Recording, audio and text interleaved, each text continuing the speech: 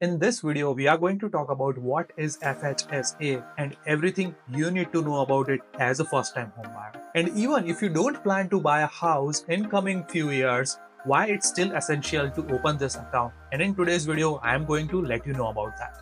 Just a quick disclaimer before we start this video, I have not personally used FHSA. At that point of time when I purchased my first house, this was not available. I used HBP, that is a home buyer program, and if you are someone who is looking to get more details about that, I have left a first link in the description so you can check that out. So now let's understand what is FHSA. Hello everyone, my name is Parth Soni. I'm a realtor based in Ontario. I help families and investors like you to get into a real estate market. If you are someone who is planning to book a one-on-one call with me, you can use the first link in the description. Now, very first thing, let's understand what is FHSA. So FHSA stands for First Home Saving Account. It is a registered plan like your RRSP and TFSA. It's connected to CRA account. And it was introduced back in April of 2023. FHSA allows first-time home buyer to save money tax-free to buy or build the house as a first-time home buyer. Think of it as a hybrid between RRSP and TFSA. So you get a benefit, a tax benefit from RRSP, and any gain you incur in that as a TFSA account, you don't pay any tax on it. And through this account, you can invest in stocks, bonds, or ETFs. Now let's see who can open FHSA account. So you must be a Canadian resident, 18 years or older, and you must not be over 71 years old in that calendar period. And of course, as the name says, FHSA First Home Saving Account, you should be a first-time home buyer, meaning you have not owned any property around the world in the last 4 years. And here's the one thing not many people know about it. You can open multiple FHSA accounts in one bank and another bank as well. But the thing over here is the contribution room given should not exceed the limit. Now let's see what is a contribution room or the participation room. So in the first year you open FHSA account, you have $8,000 in your first year as your contribution room or the participation room.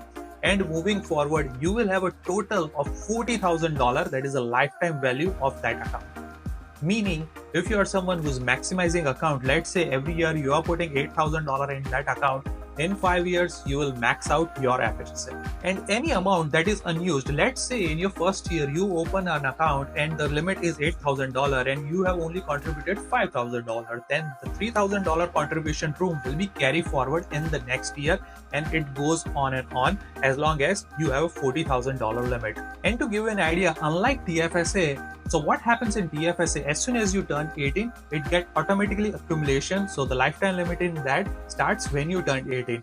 But in FHSA, you have to open that account, and that point of time, the limit starts.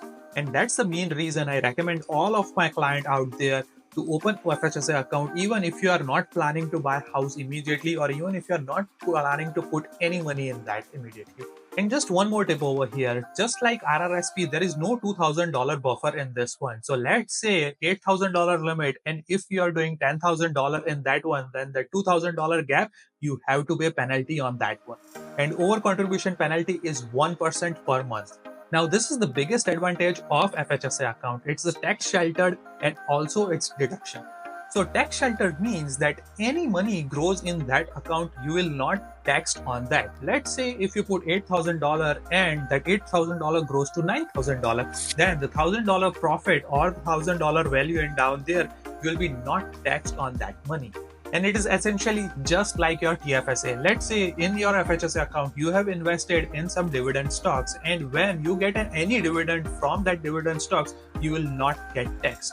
And let's talk about the deduction. Just like RRSP, it is tax deductible account. So whatever your salary is, if you put $8,000 or whatever that amount looks like, so that is considered as a tax deductible for your mortgage. And just like RRSP, it is also tax deductible. And as I mentioned previously, withdrawals are totally tax-free when you buy or build a qualifying home. Now let's talk about how you can do tax-free withdrawal once you are planning to buy a house from that money. The very first in that one, you have to fill a CRA form, that is RC 725. Now withdrawals can be done online or through broker depending on which bank or which institution you go with. And you will have 30-day window after moving in for any qualified withdrawals. So all withdrawals, any interest, any gains will be tax-free. Now let's take an example and understand it.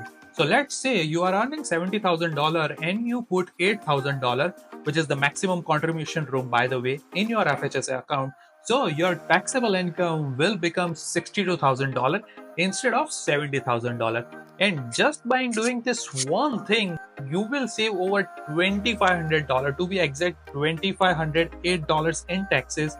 Let's take a step further. Let's say in that account, if your money grows at 4%, so that is $320.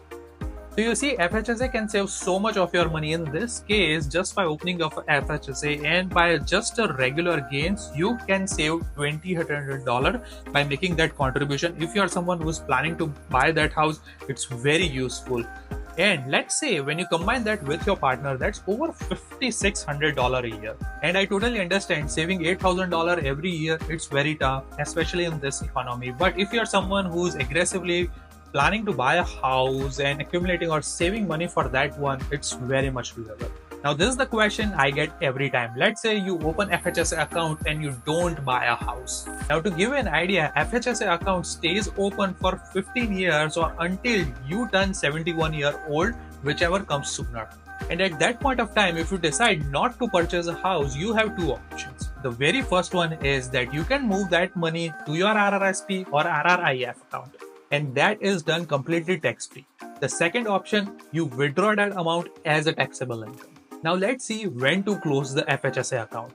Now, if you make a qualifying withdrawal, you must close your FHSA account and move any leftover balance to your RRSP or withdraw by December of 31st of the year following the withdrawal. Now that is your complete roadmap for FHSA. Now, if you are someone who's planning to open up that account, reach out to your broker or reach out to your bank, and the tax breaks you get in this one and the gains you accumulate will really accelerate your home ownership.